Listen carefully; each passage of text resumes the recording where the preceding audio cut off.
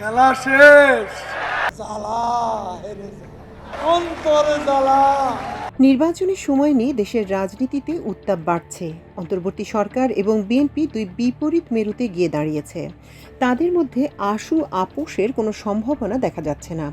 এমন এক সময় দাঁড়িয়ে কলকাতায় বসে বাংলাদেশের রাজনীতির আগুনে ঘি ঢালছেন নিষিদ্ধ দল আওয়ামী লীগের সাধারণ সম্পাদক ওবায়দুল কাদের। আওয়ামী লীগকে বাদ দিয়ে বাংলাদেশে কোনো নির্বাচন। নানান সংবাদ মাধ্যমের কাছে সাক্ষাৎকার দিয়ে দেশের ভেতরে অস্থিরতা তৈরির মিশন নিয়ে নেমেছেন তিনি। প্রথমে তিনি বিবিসি বাংলার সঙ্গে কথা বলেছেন। এরপর ঈদের দিন অর্থাৎ শনিবার তিনি কথা বলেছেন কলকাতার আনন্দবাজার পত্রিকার সঙ্গে। আনন্দবাজারকে টেলিফোনে দেয়া এক সাক্ষাৎকারে তিনি বলেন, তাদের নেত্রী শেখ হাসিনা সুস্থ আছেন, সারা দেশের নেতাকর্মীদের সঙ্গে যোগাযোগ রয়েছে তার। তিনি নেতাকর্মীদের উজ্জীবিত রাখতে সম্ভব সবকিছুই করছেন।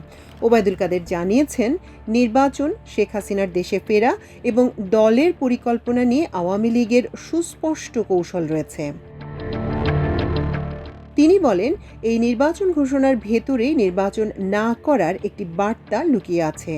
আওয়ামী লীগ ছাড়া দেশের কোনো গ্রহণযোগ্য নির্বাচন হতে পারে না। দেশের ৪৫% বেশি মানুষ আওয়ামী লীগের সমর্থক। এই জনগোষ্ঠীকে বাদ দিয়ে কোনো নির্বাচন সম্ভব নয়। এই বাংলাদেশে ৪৫%-এরও বেশি জনগণ আওয়ামী লীগের সমর্থক। ওবায়দুল কাদের আরও বলেন, আমাদের সংগঠনকে শক্তিশালী করাই এখন সবচেয়ে জরুরি কাজ। আমাদের আদর্শ, রাজনৈতিক ভিত্তি ও অস্তিত্ব এখন হুমকির মুখে। তাই আমরা দলকে নতুন করে সংগঠিত করছি।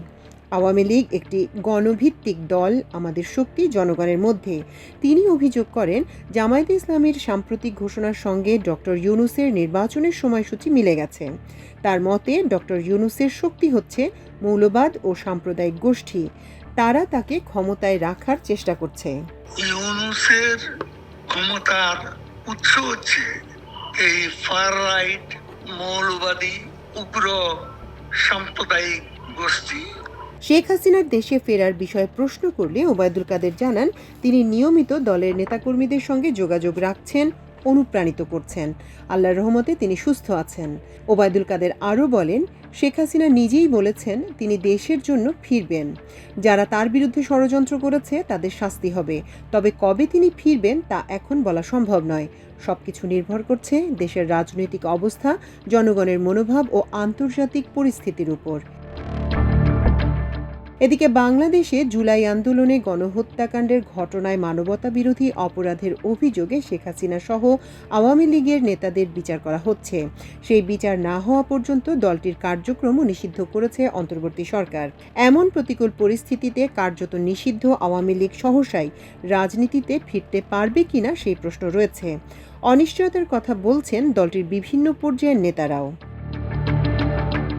এমন প্রেক্ষাপটে গত ৬ জুন বিবিসি বাংলাকে দেয়া সাক্ষাৎকারে স্পষ্ট করে কিছু বলতে পারেননি আওয়ামী লীগের সাধারণ সম্পাদক ওবায়দুল কাদের।